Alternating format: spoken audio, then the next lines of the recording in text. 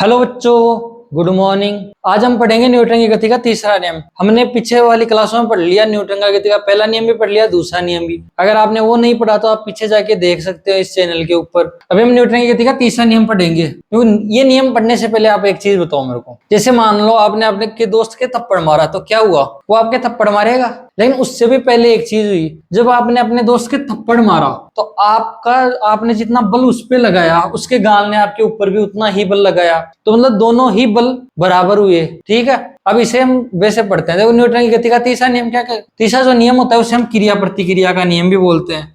Newton की गति का तीसरा नियम, इसे हम और क्या कहते हैं? क्रिया प्रतिक्रिया का नियम। क्रिया प्रतिक्रिया का नियम, इसे दूसरा नियम क्रिया प्रतिक्रिया का नियम भी कहते हैं। इस नियम में क्या कहता है? अगर कोई वस्तु किसी पे बल लगाती है तो समान और विपरीत दिशा में भी हमेशा बल लगेगा। जैसे मैंने एक एग्जांपल बता दिया आपको, है ना। उससे भी अच्छा एग्जांपल देखो, ये बोर्ड है, मैं इसको धक्का दूंगा, ये दीवार है इसके पीछे, मैं इसको मान लो धक्का दूंगा तो ये मेरे पे उतना ही बल लगा रहा है, तभी तो हम एक जगह है। अगर मान लो मैं ज्यादा लगा देता तो ये दीवार तोड़ के आगे निकल जाता।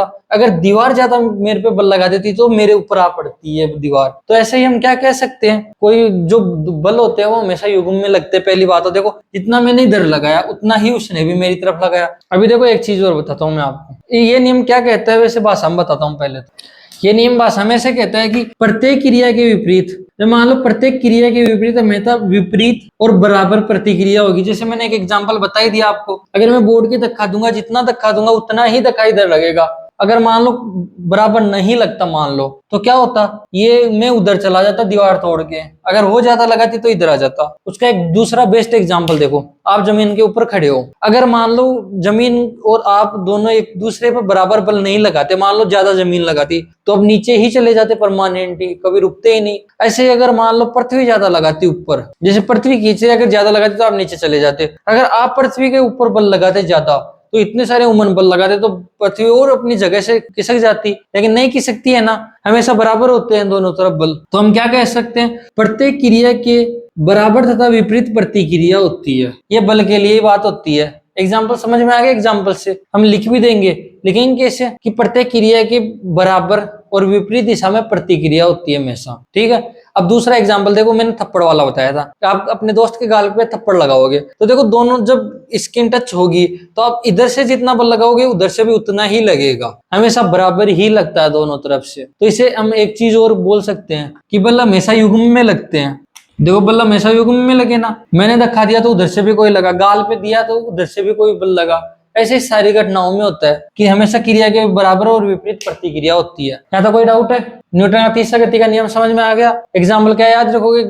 दोस्त को थप्पड़ मारने वाला है, समझ लो कि आपने उसके गाल पे जितना बल लगाया तो गाल ने भी आपके ऊपर उतना ही बल लगाया, लेकिन विपरीत दिशा में लगाया। यहाँ तो कोई डाउट है? अब एक चीज और सुनते जाना, हमने 3 नियम पढ़ लिए न्यूटन का, पहला लॉ, दूसरा लॉ, तीसरा लॉ। पहला लॉ में क्या कहा हमने कि कोई वस्तु अगर किसी स्थिर है तो वह स्थिर रहेगी, अगर गतिशील है तो गतिशील रहेगी, अगर निश्चित दिशा में गतिशील है तो उसी में चलती रहेगी जब तक उस पर बाह्य बल आरोपित ना हो। पहला नियम हो गया खत्म। पहले नियम से हम क्या पता कर सकते हैं? बल की परिभाषा। दूसरा नियम क्या था कि किसी वस्तु के संवेग में परिवर्तन की दर आरोपित बाह्य बल के बराबर होती है। तो इससे क्या मिलता है अपन को? बल की परिभाषा। बल की परिभाषा क्या मतलब? बल का सूत्र पता चलता है। बल का सूत्र क्या होता है? F बराबर m में। ये इसी से तो निकालना हमने। न्यूटन की गति का तीसरा नियम क्या कहता है कि प्रत्येक क्रिया के बराबर तथा विपरीत प्रतिक्रिया होती है। ठीक है, यहाँ तक समझ में आ गया।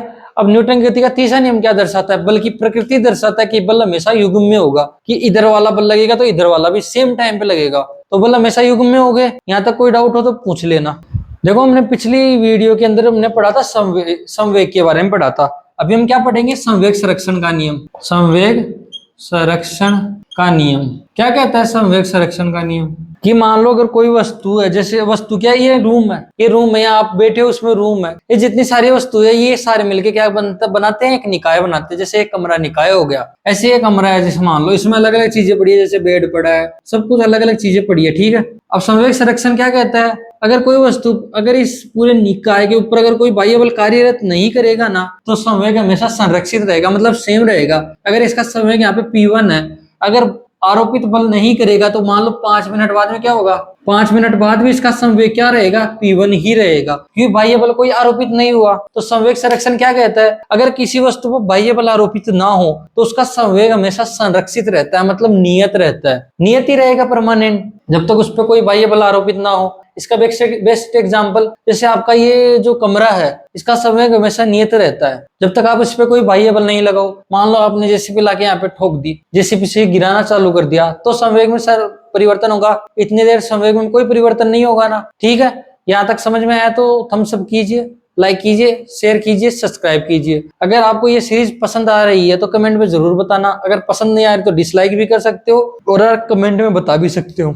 ठीक है, इस चैनल पे एक और सीरीज चल रही है सोर्स में, जिसमें एक्सपेरिमेंट वगैरह वाले आते हैं, वो भी आप फॉलो कर सकते हो। यहाँ तक कोई डाउट हो तो कमेंट में बता देना। आज का खत्म करते हैं वीडियो क्लास। जय हिंद।